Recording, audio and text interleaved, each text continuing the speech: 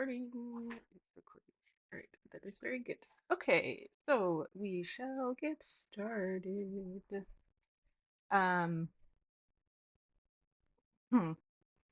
So this clinic is on how to prepare lesson plans. So whether you're like brand new to the idea of lesson plans or you've done like a bunch, hopefully you'll come away with something new or some new ideas. If you have any questions throughout the clinic, feel free to send them in the stage chat, like the comments you have been sending so far. There will also be time for questions at the end.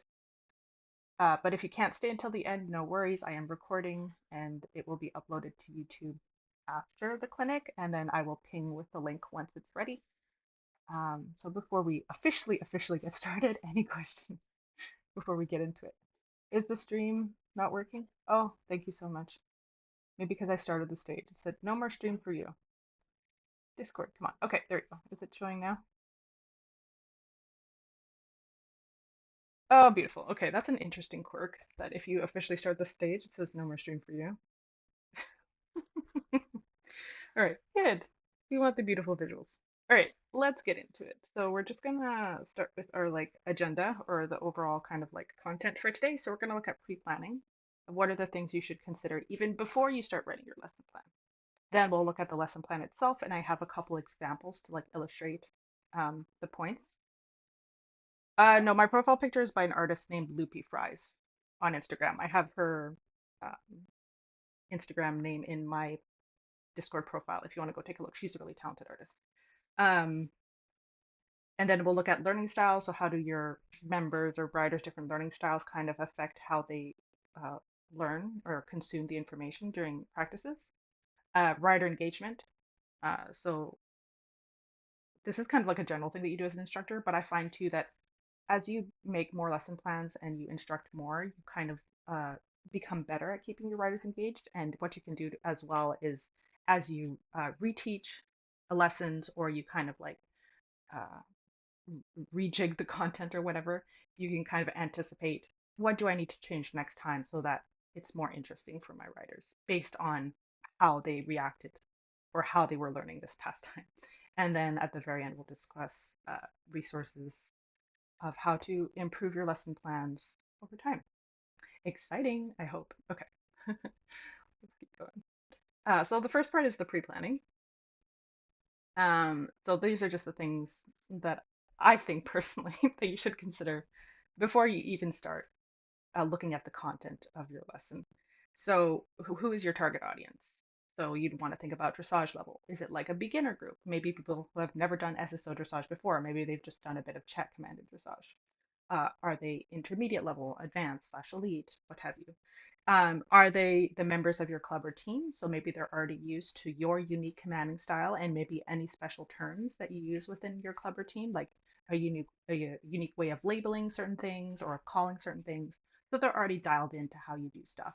So you might be able to push a little further with your lessons because they are already used to you as an instructor.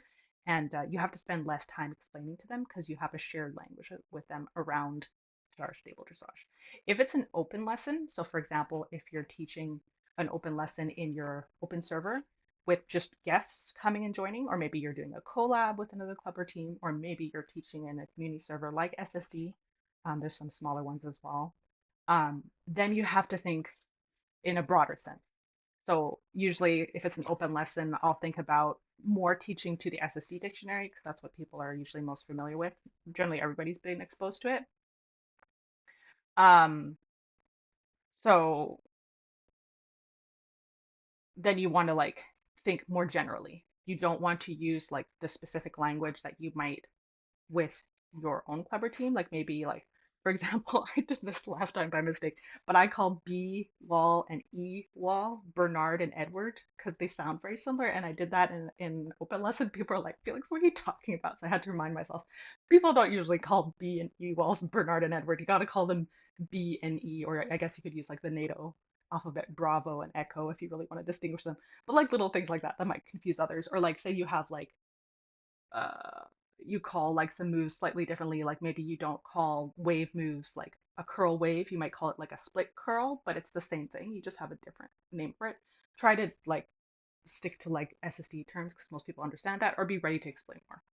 And then also as well, if you're doing an open lesson or like an all rank, you should be ready to teach to the most beginner level of writers. Because if you're hosting an all rank or an open lesson, you're like, okay, it's only going to be for advanced people, but then you have some beginners show up, they're going to be like lost because you have to like teach them that kind of like beginner stuff and work your way up to the more advanced stuff.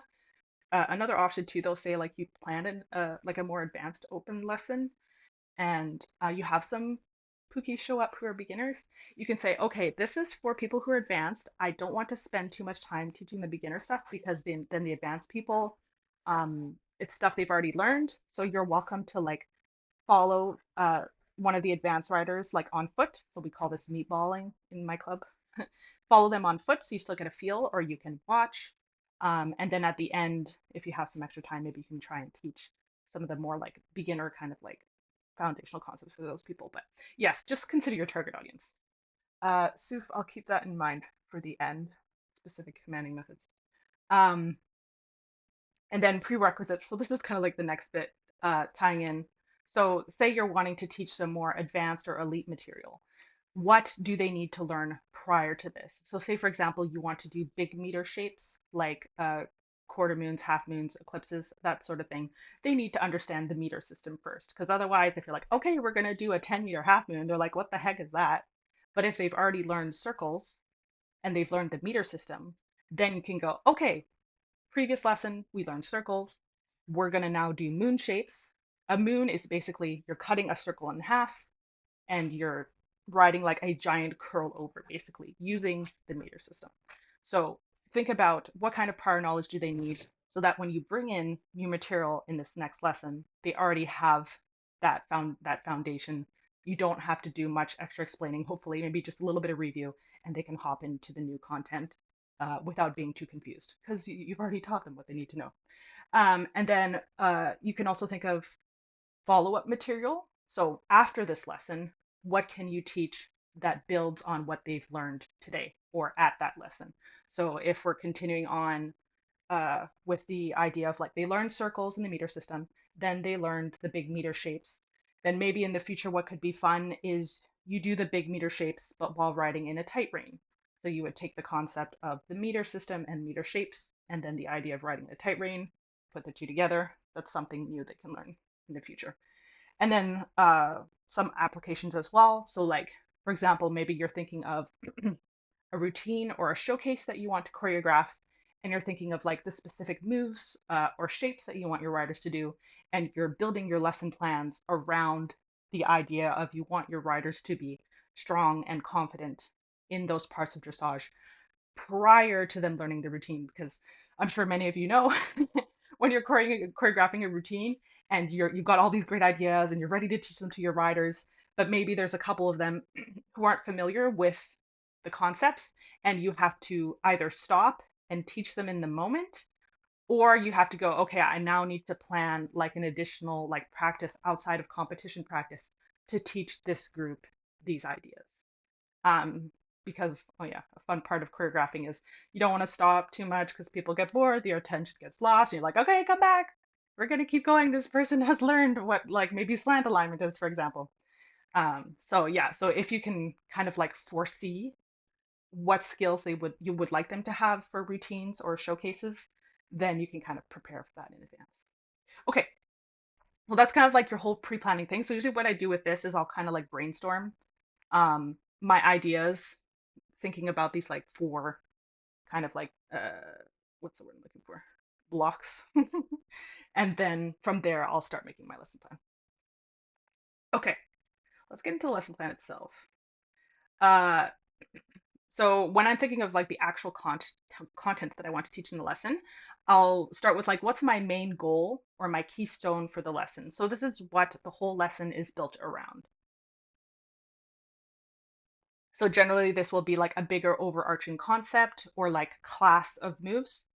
So for example, like circles that we talked about earlier. So if you were wanting to teach the meter system in circles, that could be like your overall main goal. Like if previously they have only learned moves while riding in single file or along straight lines, like maybe combs and things, transferring to the idea of circles like that curved shape, and especially once you get into larger circles like the 20 meter, that's kind of big and that's quite daunting if you've only ever ridden single file or been in a comb or like a waterfall kind of situation. That's very different. So that's like a brand new concept for them to learn. That could be your main goal. Is any review needed from previous lessons? So as you're thinking about what your main goal is there anything from previous lessons that could be helpful to have like a quick refresher so that when they start learning the new content, you've just refreshed their brain with what they've previously learned and everything clicks better.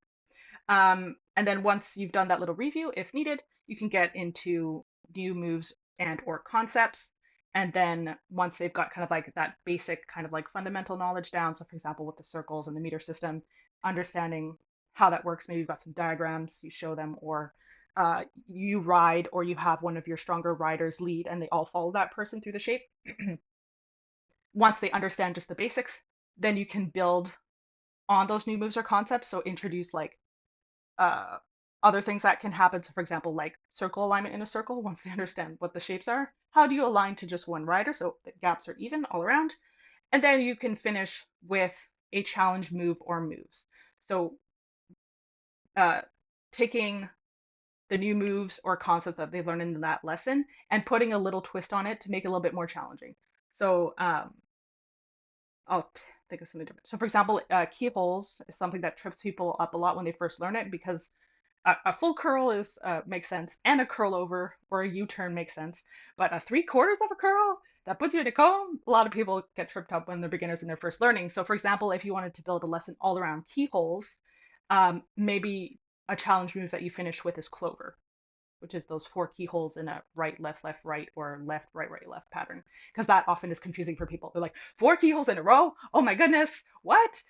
So then you're kind of like forcing their brain to think about the keyhole move in like a more challenging way. So when it's like if you go to the gym or you play a sport and your like coach pushes you at the end to like do sprints or to like try a really challenging um, like set of reps or uh, like a really challenging skill, then it kind of like cements what you've just learned even more, and kind of helps it stick in your brain even more.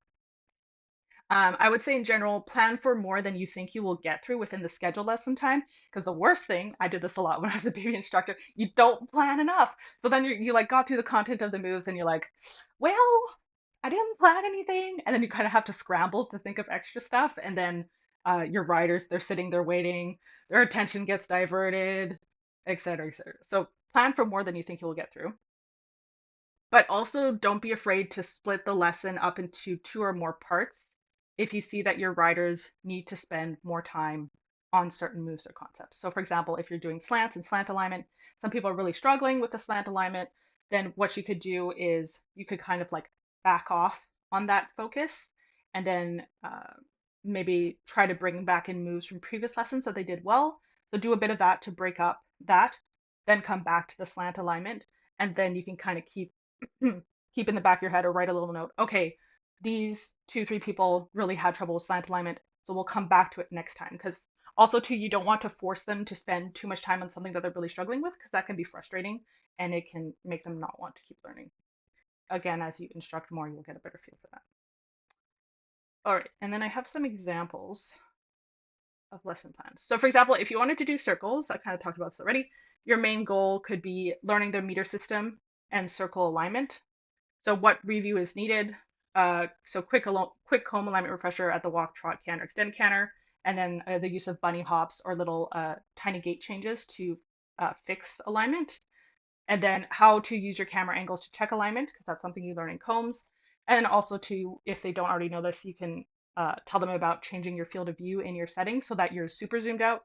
This allows you to see more of the arena, which is helpful when you're riding big meter shapes like circles or moons. And then the new concept that they would be learning is the meter lines, and then how those meter lines translate into your standard circle sizes, so the 5, 10, 15, 20. And then you would start with having your riders focus on writing each circle size well. So whether you show them a diagram and they know, okay, for example, my 10-meter circle dots are this far away from X, I'm going to ride through the center of them, or maybe they follow a stronger rider through the shape, and then just focusing on good uh, circle etiquette, I guess. Riding through the center of the dots, you keep a nice tempo while you're tapping your turn key. So the shape is round and not square or oval or rectangular. It's a nice round circle. And then once they're comfortable with the actual shape itself, then we can go, okay, we're going to think about circle alignment. So this is why we talked about comb alignment earlier with the refresher. Um, in a circle, circle alignment is comb alignment just on a curved shape. So you would set one designated lead and everybody aligns to that person. So for example, I have a diagram here. Wow, what did I do there? Okay, say you had your lead rider here. This is E midline, and say you were here on A center line. As you are traveling around the 10-meter circle at a trot, you are always 1/4 of the arena ahead of your lead rider, or like two slices here. There's like two slices of the arena separated by letter die. You're always two slices ahead of them.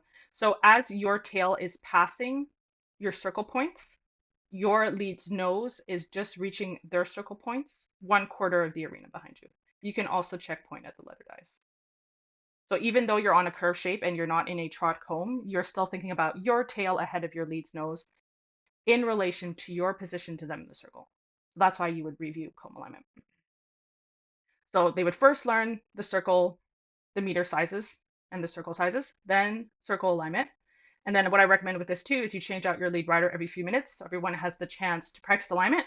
And then also too, say you only have 4 riders, they might just all want to be on the center line midlines. That's nice, but challenge them to also be on the letter dies because then it's you're in an odd position in relation to your lead. So say for example, your lead is here, but you're here.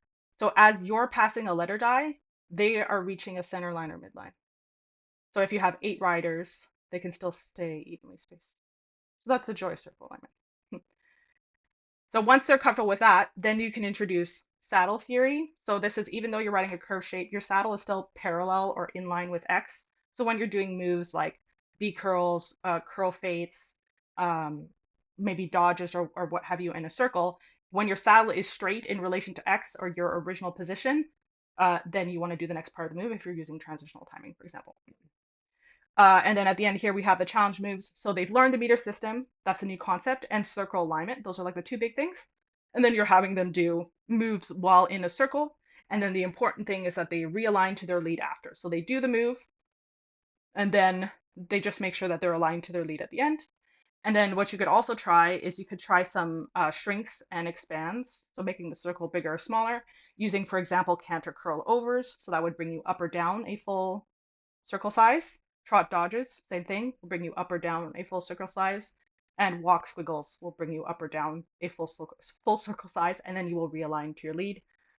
And then what's interesting here though is because when you're doing just a curl over or the squiggle, because it's an odd number of curl overs, the direction of your circle will be reversed. So you would go from clockwise to anti-clockwise or vice versa.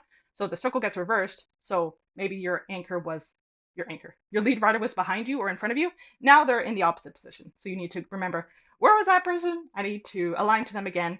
What's helpful here too is you have your lead put on like a brightly colored hat or jacket so it's easier for everybody else to see them.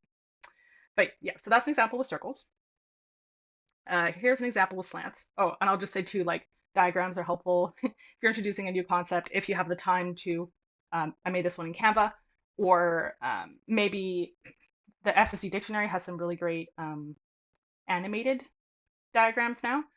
Or maybe you've explored dictionaries from other clubs or teams and they might have some nice diagrams as well. You can use those or have them as inspiration for your own. Okay, another example of a lesson plan for slants. So your main goal could be learning your 4 basic slants and then building on that, the idea of slant alignment, and then building on that, the idea of slant math. Slant math is often very tricky to learn. So this is a good example of maybe this would be split into 2 or 3 lessons, depending on how quickly your writers pick it up. So review again, your comb alignment, walk, trot, canter, extending canter, camera angles for checking alignment, change your field of view to see more of the arena. And then your new concept is probably they've only previously learned like a regular comb just on a straight line. So explaining what is the difference between a straight quote unquote comb line and a diagonal slant line. So explaining how like the dots, like you were following the straight line of dots, now you're following the diagonal line of dots. How do you maintain your nice 45-degree angle? All that good jazz. Once they understand that, maybe you just have them do a few forward slants to practice that idea. Then you introduce the concept of the forward slant. So that forward slant, back slant, fish and ribbon, and then how those interact with your four straight moves, which you've learned previously, which is your comb, curl over, keyhole, curl. So for example, you can give them a diagram like this. That kind of shows how when you put those 8 moves together, it makes a full circle or a full curl, like a curl is 8/8, and etc. And then sometimes that can help them understand better how they interact with each other.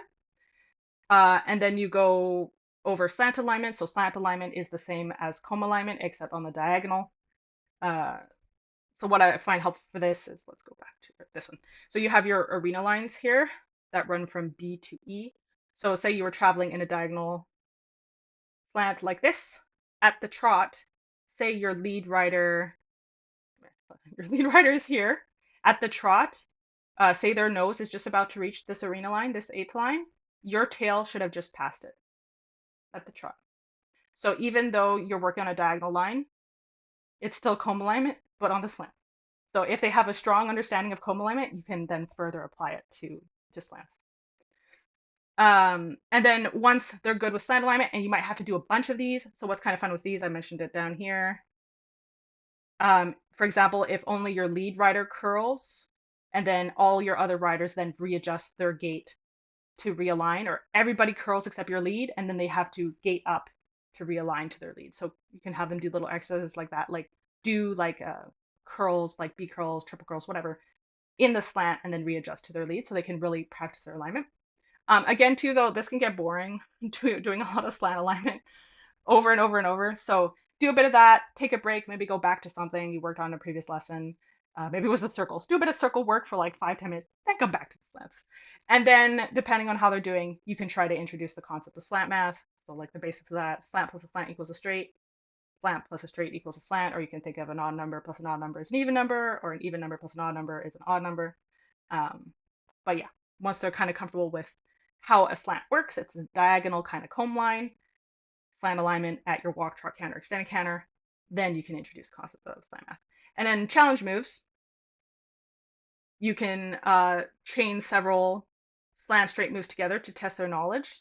So you start with 2, but then you can do 3, 4, 5, 6. And then you can use multiple goes in between, so each move has its own go. So then they have to adjust their slant and comb alignment between each. So that's good practice for that. Or you just use transitional timing. So as they finish each move, they go into the next one.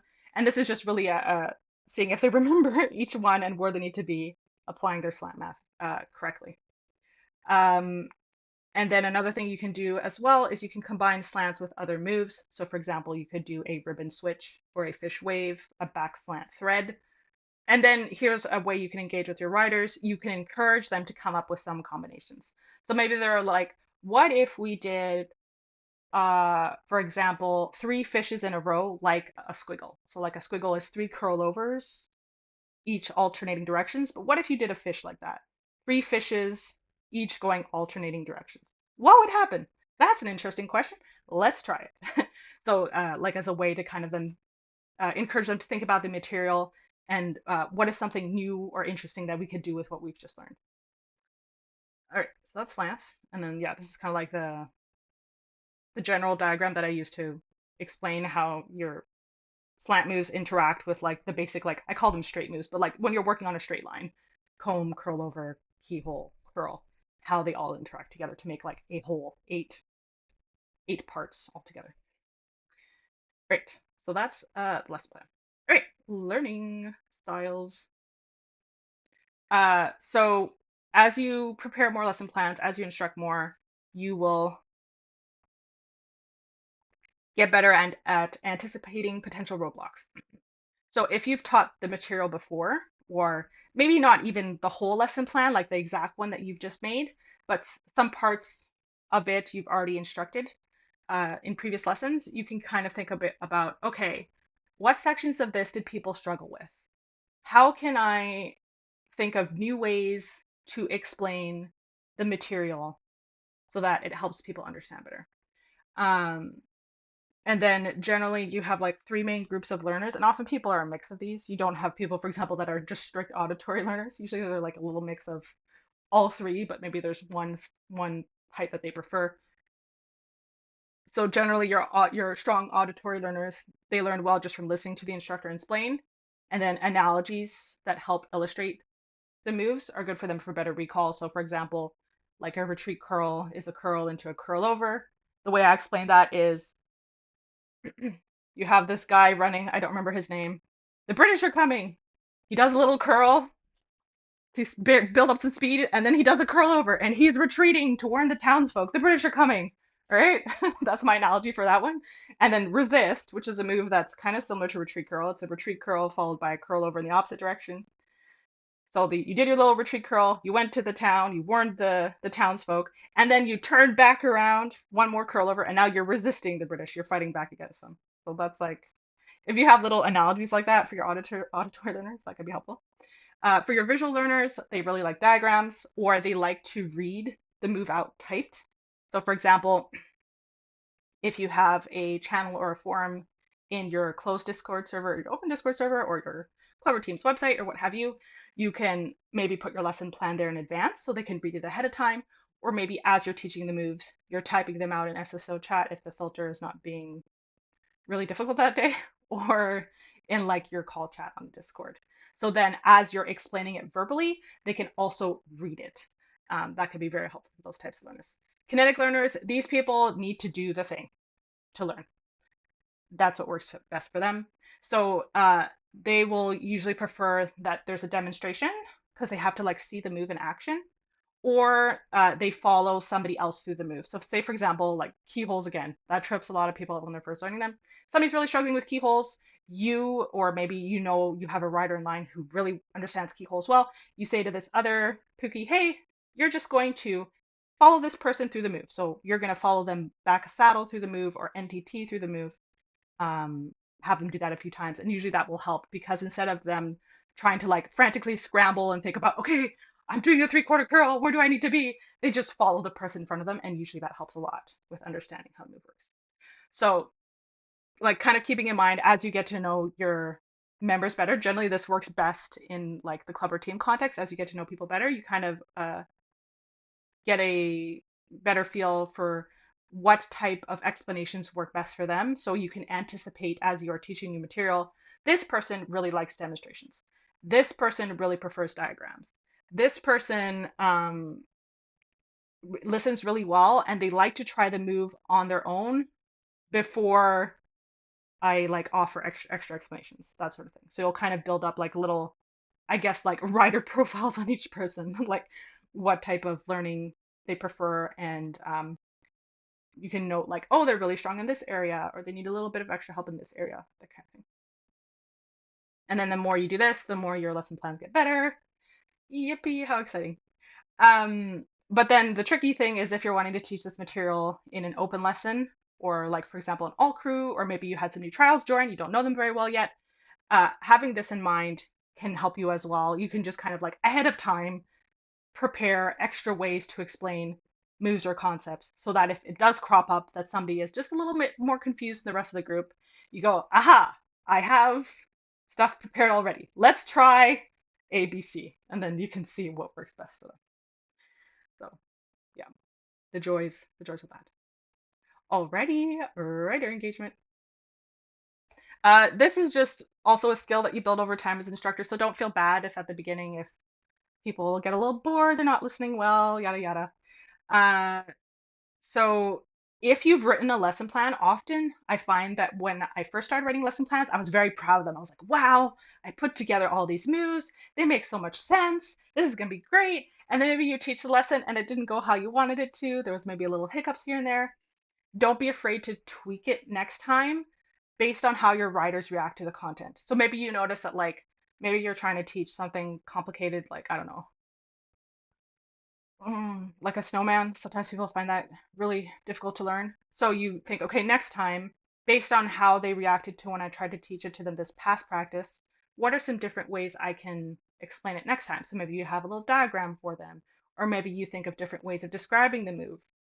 So for example, you could think of it as like instead of describing it as so many curl overs, you're basically taking the concept of dodge and you're applying the gates of B curl to the dodge. So you're doing a reverse B curl dodge. So canter curl over into a trot curl over. Then you have a little walk curl on the end. That's the snowman's head.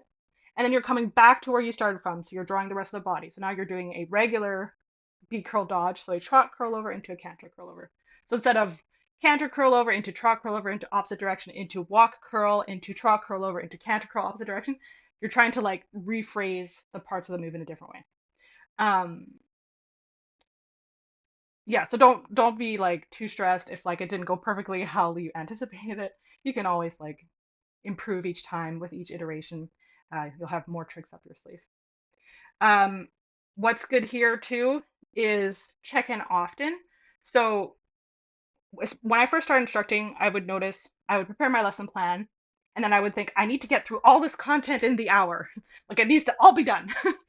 You don't need to do that. You can slow down, you can take your time if you notice that people need a bit more time. You can break up your planned content with stuff that they learned previously. So it kind of gives them a little brain break because they already know this stuff. Maybe you just go back to like maybe like your B curls, your triple curls, your star curls, stuff they've learned previously, and then you come back to the new stuff. So they have a little break in the middle with stuff they already know. It gives them a little confidence boost. They're like, oh yeah, I can do a triple curl perfectly. I'm so good at this. And then you go back to the new stuff and you challenge them a little bit with the newer material. So as they're learning new things, especially, I like to ask, how are we doing? Do we have any questions? Or sometimes they have some interesting like thoughts about the move, like a different way of thinking about it that maybe you haven't encountered before, or like a funny way of like a funny analogy, like the retreat curl and the resist, that helps other writers remember, and then they kind of like present that to the group. So usually what I'll do is I'll ask that question. Do you guys have any questions about what we've just learned? And then if you're ready to go on to the next thing, I'll have them like rear, get off their horse, go on to global, do a little spin. So they're just confirming to me by performing an action in game that they're ready to keep moving. Because often too, if you just kind of steamroll, well, I won't, maybe not steamroll, but you keep going quickly without checking in, maybe, especially for people who are more shy, if you don't prompt them to ask questions and to confirm that they're ready to keep going, maybe they're too shy to speak up. And then they leave the lesson confused about keyholes, maybe. They're like, I don't really know what a keyhole is. I wanted to ask, but we just kept going. So if you can, maybe even in your lesson plan, you say, for example, you have like move one. This is something new that they're learning. And under that, you write a little line. Okay, once we've done this like two, three times, ask. How are we feeling? Do we have any questions? If we're ready to move on to the next thing, give me a little spin, for example. So then they confirm with you that they do or do not have questions. They're ready to keep going. Ask your own questions. Okay, this is one of my favorite things to do. So you can also write this in your lesson plan. So when you're learning new moves or concepts, ask some questions so that it prompts them to think about what they're learning and they're not just passively listening to you explain and then doing the moves based on your explanation. So, for example, if we go back to the slants, so you're having them starting to do slant math. What I usually do is I'll type in the chat a series of like 3 or 4 slant moves, and then I don't explain what's going to happen. And I just tell to them, okay, based on what you know about slant math, what is the end result of these 4 slant moves together? So for example, if we did like a fish left into a ribbon right, into a back slant left, into a keyhole right, where do we end up at the end? And then they can like, for example, pivot their ponies. They can do the thing on foot. And then when they're ready, they'll get back on their horses. Or maybe they want to talk about it. So they'll type in chat or in Discord, okay, I think with this move, we would end up facing this direction. And then we add on this one, this happens, yada, yada, yada. So you're like, instead of them just listening to you passively about what they're going to be doing, you're kind of like forcing them to like think about without you just like telling them what to do, if that makes sense. So this helps with their confidence, like they're applying the material on their own without just listening to the instructor tell them what to do. And then, like we said in the slant example earlier, have them suggest ideas for moves to try based on what they've learned so far. So, like if you were doing circles and you introduce the concept of saddle theory, so when your saddle is parallel to X, you're gonna do the next part of the move if you're using transitional timing. Maybe they're like, oh, like I learned this really fun move in a previous lesson or in a previous club I was in. Can we try it while in a circle? Yeah, that sounds interesting. Let's do that.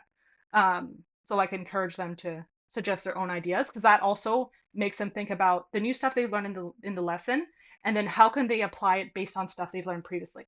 So anytime that they can connect ideas together like that, it kind of like reinforces the new neural pathways in their brains and they'll remember it better. And then I think I've mentioned this previously, but if possible, avoid repeating one move too often. Mix things up to keep things interesting. So, for example, if you're doing a keyhole focus lesson, you're really wanting to, we're doing keyholes, we're going to do them until they're perfect. You don't want to just do keyholes over and over and over, that gets boring. But for example, what you could do is because the keyhole creates a comb, is you could go back and kind of refresh on comb alignment, or like they do a keyhole. All right, now we're in the comb position. From the comb position, we're going to do a dodge. Or from the comb position, we're going to do like maybe a curl comb to merge, for example. Or maybe you take a break and you do just your regular little B curls, I curls, whatever. Give them a little break, come back to like the main content or the main goal of the lesson after. Also, too, you can just give them a regular break. So you can find a funny timer on YouTube. My club uses a turkey timer. It's like a dancing Thanksgiving turkey for 5 minutes. You put the timer on, you stream it, and you're like, okay, we're gonna watch this timer, or you don't have to watch it. Come back in 5 minutes, grab a snack, hug your cat, do a little dance. We'll come back in five, we'll keep going. If you see that they're like really like starting to not pay attention well, sometimes maybe they just need a break. So that's also an option. Alrighty. So that's writer engagement. Also too, this skill you just build over time as an instructor, you're not going to be great at it from the start. So don't feel bad if they're not paying attention like you would like them to. Another small thing about this too, though, is you set the standard. So as you start instructing, you need to like set your expectations of how you want them to pay attention. So if you're too lax in terms of like maybe they're like watching TikToks on their phone while they're doing dressage and you don't like ask them to stop doing that, they're not going to like respect your time if that makes sense during the lesson as an instructor and then the other people that are there too. So like setting expectations is part of it as well. Alrighty, let's keep going to resources. Okay, so as you create more lesson plans, you'll also build kind of like your resource list at the same time. So a great way of doing this is attending open dressage lessons hosted by SSO dressage communities. So like SSD here, or there's a couple smaller ones. I think TDN is one. Uh, there's like dressage teaching, I think is another one. But there's a few smaller ones. Or sometimes other dressage clubs and teams will host open lessons in their open servers. So say, for example, you're a big fan of a certain club or team's dictionary, like you're like, wow, they did such a good job of putting this together. And then you kind of look out for their open lessons. Even if they're like in another region and you can't log on because you don't have an account there, if you can watch the stream, that's also helpful. You can just see how they instruct. Well, hopefully you speak the same language because like maybe if you don't speak the same language, that won't work. But if they're speaking a language that you understand, then you can watch the stream and kind of get a feel for how they instruct. And then look for other dictionaries, and then keep track of the moves you learn over time, or maybe the moves that you come up with as well. So maybe you have like a master list in a Google Doc, or like some other kind of like platform like Obsidian, for example, and you just kind of keep track of all the dressage things that you learn over time. And then as you're creating more lesson plans, you can have like a lesson plan bank that you can pull from. So like say you keep all your lesson plans in like Google Docs, or I use like TextEdit on the Mac, but you just have like a folder full of them and then you go, okay, I'm going to be teaching a lesson, trying to think of something interesting, on like turning regular dressage moves into larger meter shapes. So for example, you can take the idea of like a 5 meter circle, and if you do that away from X, it's called a bubble. But maybe you take that idea and you transpose it onto, I'm doing 5 meter keyholes, I'm doing 5 meter slant moves, so 5 meter ribbons and fishes.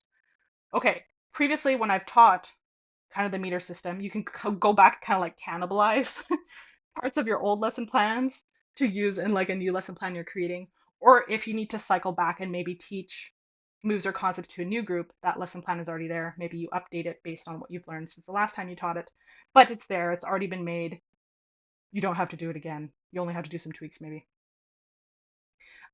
If you're completely out of new material to teach, you're like, I don't know what to teach to my writers. I've taught them everything I know. Reach out to other instructors. This is also helpful if like maybe you have a writer in your group and you've tried every single way that you know to teach them a concept and they're still not getting it. Reach out to other instructors in your network and say, hey, I have this one writer, they're really struggling with this idea. How would I teach it to them? One example that I encountered personally a while ago is I had one writer, they could not, uh, all the ways that I had learned previously to teach slant math, they were just not getting it. I was not teaching it in a way that made sense to them. So I went to some of my instructor friends and I said, help. So Light, the owner of Bronze Butterflies, and Beck, the owner of Emerald Hunters, very kindly gave me some new suggestions for teaching slants. So what we did is we took this diagram and we cut it into 8 pieces. And then what we had this writer do who was struggling with the idea of slant math is they would take the little pizza slices and put it on top of this diagram. So for example, if we were doing slant math and you did, for example, a back slant to the left, so you would put 3 slices down. So this is your back slant position. And then from here, say we wanted to add another back slant going to the left. So a back slant is equal to 3/8. So they would take an additional 3 slices and add it to the little diagram. So they would understand if I add 3/8 to 3/8, my end position is I would exit here. So if we were traveling, like say this is a wall here, if I back slant left, followed by another back slant left, my end position is like this comb right or this keyhole left. So if you have some other instructors that you know, even if you don't know them very well, just shoot them a DM, or maybe you're like in a server where other instructors are together and they help each other out. I'm really struggling with this idea. Do you have any suggestions? And often they do have different ways that they've encountered for teaching maybe trickier concepts. And then last thing is just be creative.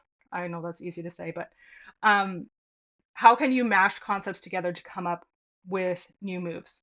So especially as you were working with, this is easier with your own writers and your clever team, but as you see that they're learning new moves and concepts, they're becoming more confident in their skills, they're uh, they're really good at remembering what you've taught them before, so you can add on new ideas. Um, how do you just kind of put concepts together? So for one example is like while in a circle, you can use combs and keyholes to shrink or expand to make the circles bigger or smaller. But what if you do that with slants? So while in a circle, what happens if we do a fish expand or shrink? And then how does that interact with the slant math we've learned previously? So you're taking the idea of the meter system of circles, shrinking and expanding, and then you're taking slants and slant math and mashing them all together to come up with a new way of doing things. So that's another option. Also, too, when you're doing this, like these new ideas, maybe you've never seen them previously instructed by anybody else, or you haven't. Maybe if you like to read a lot of other dictionaries, you haven't seen them maybe explored elsewhere. Don't be afraid to say to your writers, "Hey, I just came up with this idea. I think it would be interesting. Let's try it. It's okay if we make mistakes." And then also you acknowledging that you make mistakes helps them feel better about making their own mistakes, if that makes sense. But yes, those are the resources, or what I recommend for resources. I will say that's the end all be all of resources, but these are some options for you. Alrighty. Okay. Um, so that's the end of the clinic. If you have any questions, you can throw them in the chat. Um, just going back to Suf's question here, is it possible to talk about the specific commanding methods? What do you mean by that, Suf, if you're still in the clinic call? By different commanding methods, like the way that you call things, the way that you explain things, different ways people teach stuff. Okay. Hmm. I would say it kind of depends on your specific club or team. So if you're not the owner, generally the owner of your club or team will have their kind of like style and how they like to have stuff commanded in a specific way. So maybe they want you to say, for example, curl set, pre, go, or maybe they prefer curl and go, or what have you, or they like to have things explained in a certain way using certain terms. So then you just kind of defer to the owner of your club or team. If you're talking more about like I've had my instructing style described as gentle parenting before. So, in my club, we have lots of like new trials that come in that are brand new to dressage or they haven't done a lot of it before. So I do a lot of like, okay, we're gonna try this. We tried a couple times. How are you guys feeling? Do you have any questions? Like very gentle and understanding, if that makes sense. But as I teach choreography for routines, then I wouldn't say I'm more harsh, but I spend less time explaining because I just expect them to know because they previously learned the material. So I will call things faster, I will explain things less, I will give them less time to think about stuff because they are already well versed in the moves or concepts that we're applying to the routine. Um, so like I think it's just your personality as an instructor or like your instructing voice you develop over time. And as you get more experience, you can kind of like tailor it to the group that you're teaching. So like I said earlier, if you're teaching the writers of your own clever team, they're used to your instructing methods and maybe the funny little jokes that you say or like your specific way of labeling or explaining things. But then if you want to teach an outside group, you kind of have to like tone that down a little, if you will, because otherwise you're just going to confuse them. So try to think of like more like general terms for things, um, if that makes sense. But another thing too, though, is if you attend a lot of open lessons hosted by other instructors, you kind of get a feel of the different ways that people instruct, and maybe you go, oh, like I really enjoyed the way that Banana, for example, explained circles here. That was really great. Like I found that really helpful for me. Maybe I'm going to incorporate some of Banana's circle teaching methods the next time I teach circles, if that makes sense. So Avery asks, what is your biggest recommendation for someone who just started instructing and isn't a super experienced rider themselves? What would be a priority? So I would say if you are still learning a lot of dressage, and I still learn dressage, I've been instructing for a hot minute now. Um, don't I would say you would want to learn the material yourself before you teach it. So when I was first learning to instruct, I would like look at the SSD dictionary and I would go in the arena on my own time and practice it by myself. And this was before they had the moving diagrams. Or I would watch videos on YouTube of other clubs doing the moves. And sometimes it was kind of interesting because like they wouldn't put on the screen what move they were doing, so you would have to kind of guess and hope you were oh, I think they're doing this move. And then I think this is how it goes according to SSD definition. But practice a lot on your own. If you know other instructors, ask them for help. Be like, hey, like I would really like to teach my group this series of moves, but I've never personally learned them before.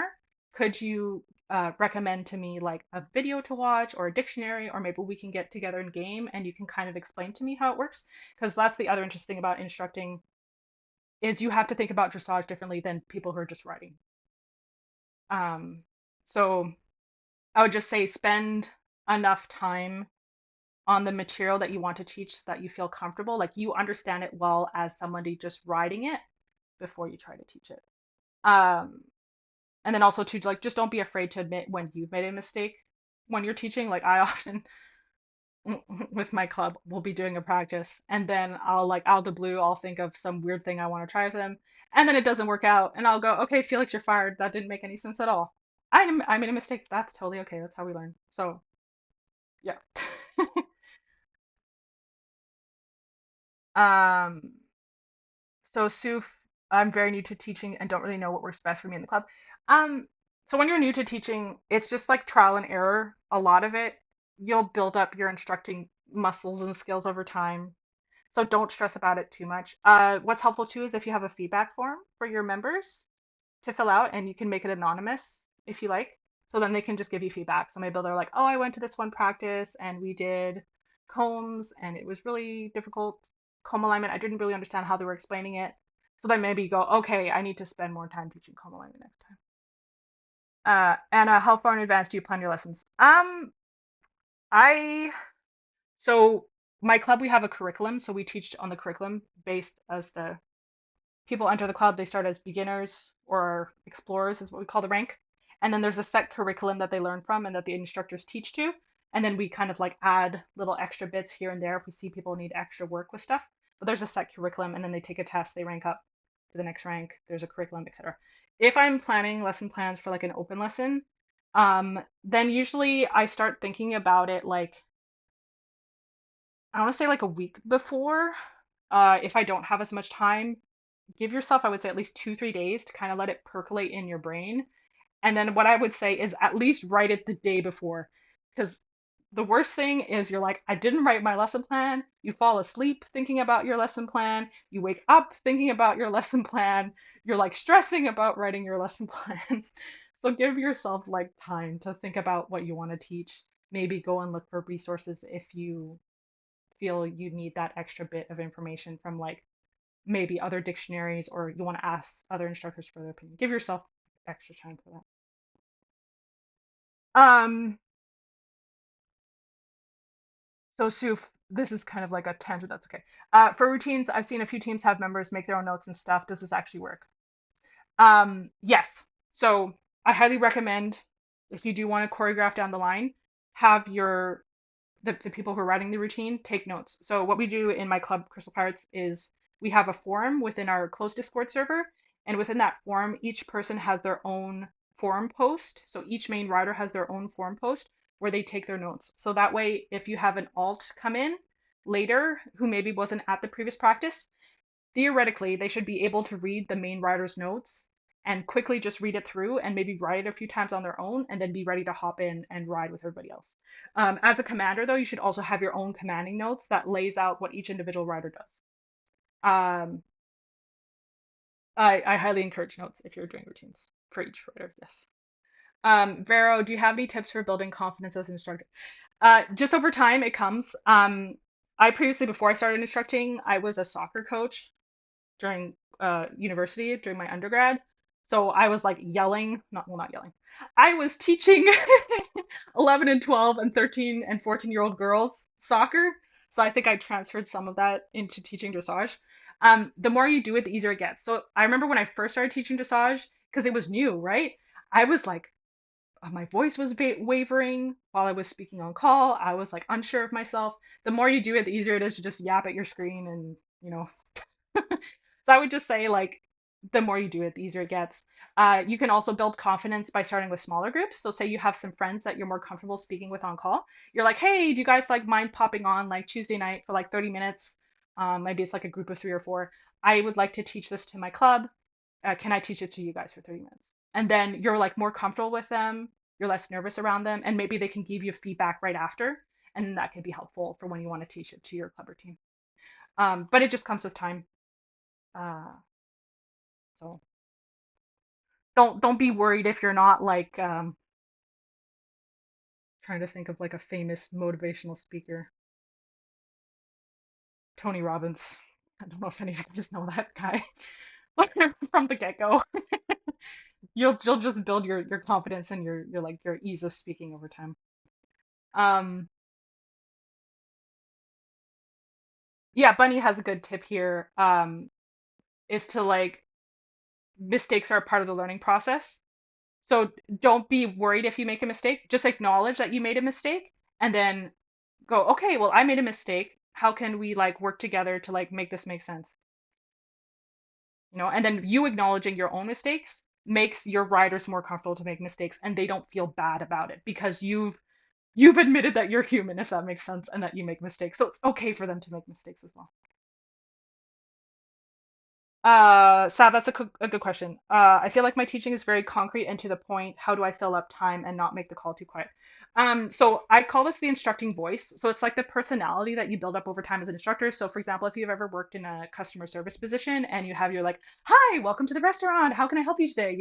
That kind of customer service voice. You kind of build something like that for instructing dressage. So this is kind of like the little jokes that you tell, or maybe the special ways that you describe moves. Over time, you kind of just build up this repertoire of ways to do that.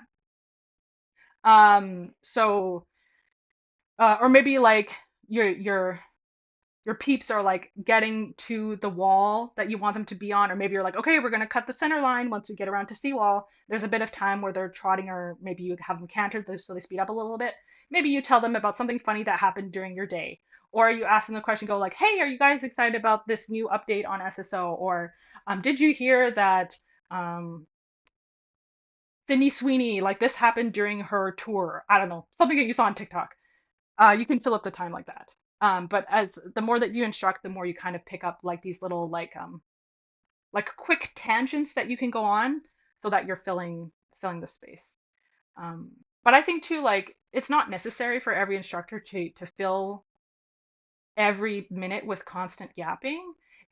Um, if your riders are like more comfortable with like spaces of quiet, that's fine. You could also have like a music bot and call that plays music. Sometimes too that can help with like filling quiet spaces. Yeah, so Bunny is a certified yapper. Yeah, so some people just like yap a mile a minute.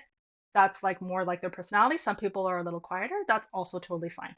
So like you can just say ahead of time like, "Hey, like I'm not a motor mouth. So we're gonna have a music bot in the call with us. So while we're like getting to be in the right position for the next move, I might not be talking every moment, but that's okay. We'll just listen to the music, or maybe you can like type in chat with them. Maybe if you're not comfortable just talking every second, you can type in SSO chat with them or in the Discord call chat, for example. Um, oh yeah, see, Sav, that's a good like counterpoint. Your style is very relaxing compared to somebody who every second they're saying something. So that's like kind of like a nice counterpoint. Yeah. I'm sorry, Suf, that there's internal conflict. That can definitely make teaching difficult. I hope that gets resolved for you. Okay. Yeah, and like instructing is a skill you build over time. I think a lot of people, when they first start instructing and making lesson plans, they want everything to be perfect. That is just not a realistic expectation. Perfection does not exist. You can improve over time. And what I say to new instructors is compare your current self to your past self. So how have you improved over time in your own instructing? Don't compare yourself to others, especially very seasoned instructors. It'd be like you're just learning to play tennis and you're comparing yourself to Serena Williams. That don't make sense. Don't do that. So, a good thing too is like if you feel comfortable doing so, record yourself. Uh, it doesn't have to be like a video recording, maybe just an audio recording when you first start instructing, and then maybe like a couple months later, listen back to that and see how much you've grown and improved since you first started. And that can be like a good confidence boost. Or like the owner of my club, Toilet from Crystal Pirates, she has a little dressage journal. And what she'll do is she'll write little notes to herself in it. So like say for example, like today we worked on pinwheels and I taught it this way. And these people did it really great. Some of these people were having a little bit more of a hard time. And then maybe she teaches pinwheels again later, like a month later maybe, and she goes back and looks at her notes and she goes, oh, like I was really struggling with teaching pinwheels at this point, but now a month later, I've improved and look at how well they understood this time. So how can you like give yourself positive reinforcement, if that makes sense, by seeing how you've gradually improved over time. And it just takes time. Like it's not gonna be overnight, you're gonna be the best instructor ever. So, and everybody has their own unique way of instructing. So also don't expect yourself to teach exactly the same way that somebody else does. We're all different. We're all unique. We have our own uh charming ways of teaching massage, if you will.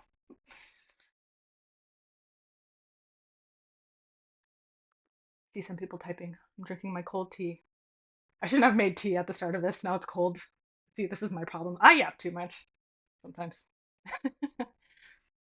Oh, thank you, Hannah. I'm glad you enjoy them. I do have a bunch on my YouTube channel if you guys like to listen to dressage yapping. That's a great point. So, Vero, if you have other instructors in your club or team and they can come to your practice, um, and then you're a little lost, you can ask them for help. That's a great point. Yeah. Or even if there's no other instructors there, you can say to your riders, maybe they have a question you're not sure how to answer. Hey, I'm not sure. I am going to ask these people, what's some funny names that I can give them? The lion, the tiger, and the bear. I will ask them after practice, and then next time I will come back to you with their answers. So that's another option. If there's no other instructors with you at the practice that you're leading, you can ask them for help later on and then come back to the group with their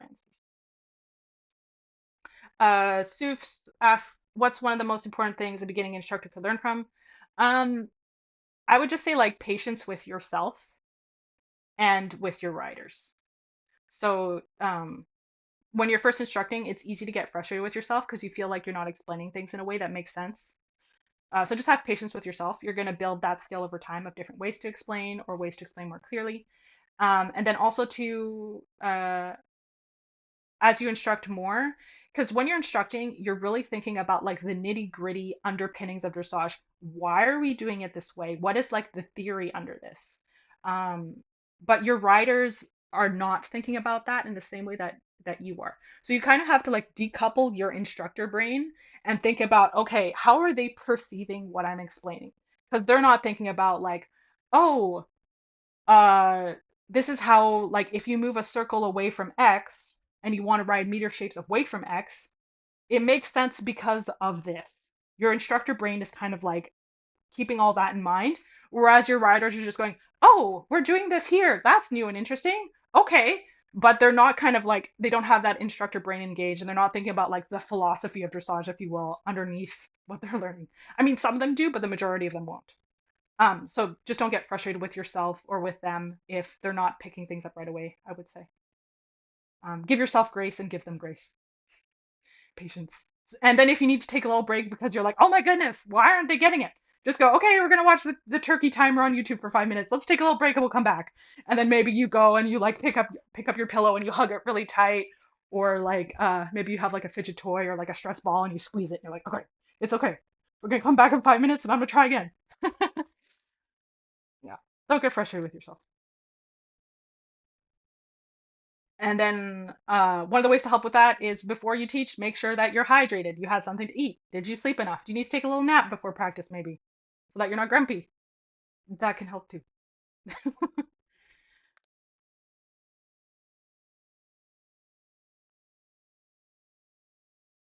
People are typing. You guys don't need to stay, by the way. If you need to skadoodle poodles, you can. I'll stay as long as people have questions or comments. People are going to get to this end of the recording and be like, oh, Felix just talking to themselves.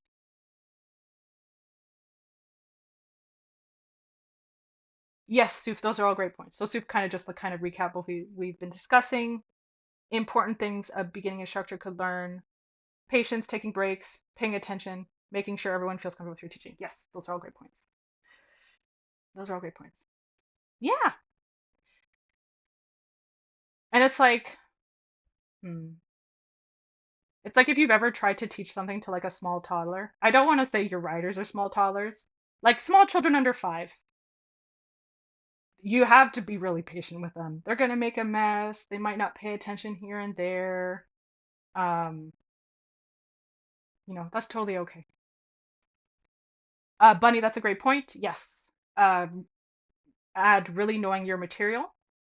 So as much time as you can spend on your own learning is great. So how can you improve your own knowledge of the material throughout your instructing journey?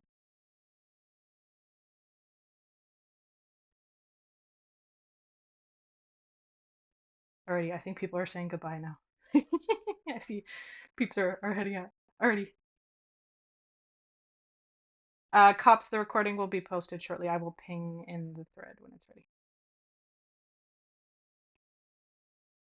ready. Knowing my Wi-Fi, it might take up to half an hour to upload. Yeah, and you guys always have great points in the comments too. I love seeing the call chat. I'm saying the comments like it's YouTube. In the call chat, you guys always have great comments and questions. So yeah, we always learn from each other, and that's also what I really love about the Star Stable Dressage community is everybody's so nice. Give each other tips. We help each other out. It's lovely. All right, well, I think people are heading out. Um, tips for learning complicated material. So Sue, for that, I would say if you can find YouTube videos that maybe show the move. Um, if you can find diagrams. So a lot of like club or team dictionaries and the SSD dictionary have diagrams that show how the move should look as you perform it. Also, too, as you learn more dressage yourself, you become better at reading definitions, if that makes sense. So just from seeing something quickly written out by another instructor, you can just kind of read it and go, oh, that makes sense. I can visualize it in my own head. Or what I did a lot when I was first learning how to instruct is I would diagram for myself on what's the word? That paper that you use in math. Papier quadrillé. That doesn't make sense in French. Okay, like the squared paper. I don't know whether that is in English. Like it's got little squares, or if you have paper that's like dotted, and you can use that to diagram out your moves, or even just like regular line paper or plain paper. Just diagram your moves out on there, and that can help your brain visualize what the definition is saying, and then you can try it in the arena. Um, and then Vero is saying that if you're trying something new, you're a new instructor, just let your riders know, and then they'll be more understanding if you make mistakes because you're saying to them, "I'm new to this." Grid paper, thank you, cops. Yeah, I was just thinking of the word French. My French brain was like, "This thing, this is what you want." That's not helpful in English at all. Yeah. Or like if you have a whiteboard, my partner has a whiteboard because he's a software engineer. So we have a whiteboard in our house. Sometimes I diagram on the whiteboard. Or you can whiteboard like on your tablet, like your iPad, or if you have a tablet, or in Canva, for example. Many options, but I find diagrams are helpful for to kind of get your brain to like, instead of just thinking about the words on the screen, you're like drawing out what they would look like. And then if, for example, if you have like a photo of the arena top down, you can like draw on that as well. Yeah, bring out your mini whiteboard. That would be so funny. You turn your camera on. You're like a teacher in school. You're like, okay, class, here's what we're learning today. And you have your mini whiteboard and you're like drawing on it. That would be so good. Ah, I'm tempted to do that with my team. I think that'd be really funny. Yeah, Discord whiteboard app. Yeah, that's a great point, Suf. Technology. Technologia. There we go. We have many options. Yeah. So, and then like, don't be afraid to try something weird. Sometimes your best ideas come from that. You just have this kind of like the little light bulb goes off above your head, and you're like, what if we do this? Or maybe one of your writers suggests something really interesting, like out of the ordinary. Sure, let's try it. Why not? And then maybe you come up with something really interesting, and maybe it's like a new custom move for your club or team.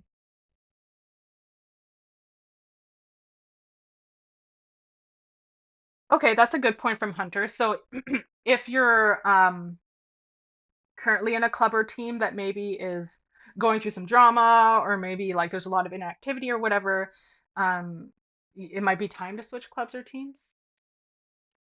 Um, oh, Suf, that's a lot of dedication. You animated a whole segment.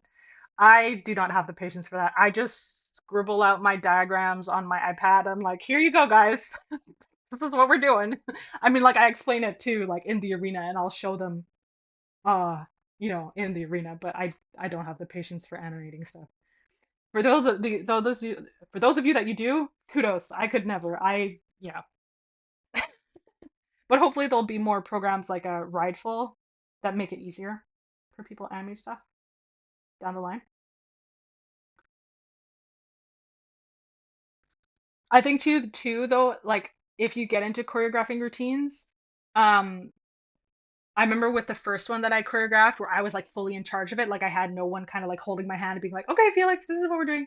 It was my first big boy command of a routine. I started out with drawing like perfect, beautiful diagrams. The lines were all clean, everything was neat. And then as I got further into the routine and I had less time, because they were learning the material like quickly, and I was like, oh, I need to make diagrams.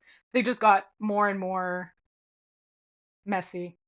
They were still legible. You could still understand what I was communicating, but they weren't as perfect as at the start. So don't be afraid to sacrifice like perfection or like the beauty of the diagram to convey information. So like maybe for like your club or team's website, you want to make the diagram really pretty, but if you're needing to communicate information quickly to your riders for a routine, don't worry if it's not perfect. That's okay. As long as they understand what you're trying to say with your arrows and your scribbles, it's good. It's good because you don't want to put too much pressure on yourself for that because then it makes commanding and choreographing not fun anymore. So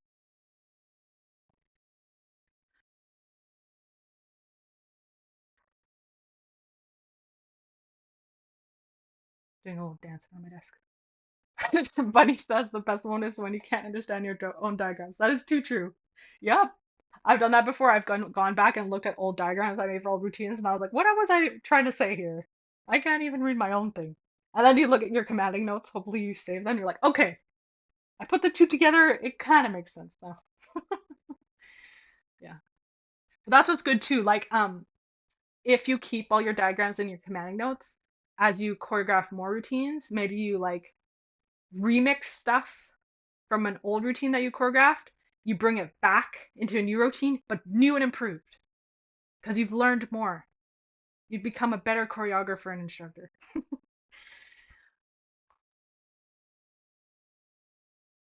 Oh, that's a great idea. So Anna says they drew a riding arena on a big thing of cardboard and then the riders little pieces of paper that you can move around. And then it helps a ton. It helps them visualize things in my head, in their head. Yeah, that's a great way to do it. There's also like those little mini whiteboards for like if you're like a football or soccer or hockey coach or whatever. You could take one of those because they come with little magnets. You move the magnets around. That could be a way to do it. Maybe you just like put over it like a photo of like the arena. You tape that down to it and then you have little magnets. You move the magnets around to where your riders are supposed to be. That could also work. Yeah. Yep. Those are all great ideas.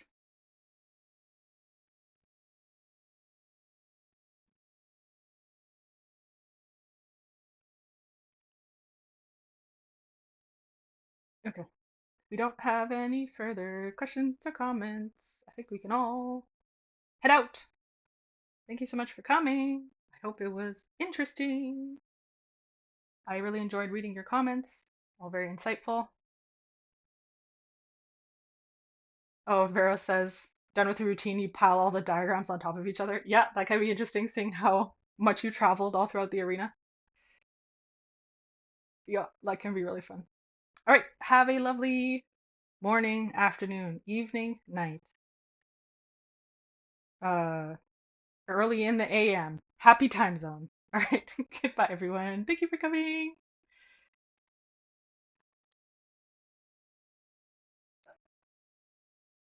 Yes, the clinic is recorded. Yes, I'm saying this to myself right now. I'm stopping the recording. Here we go.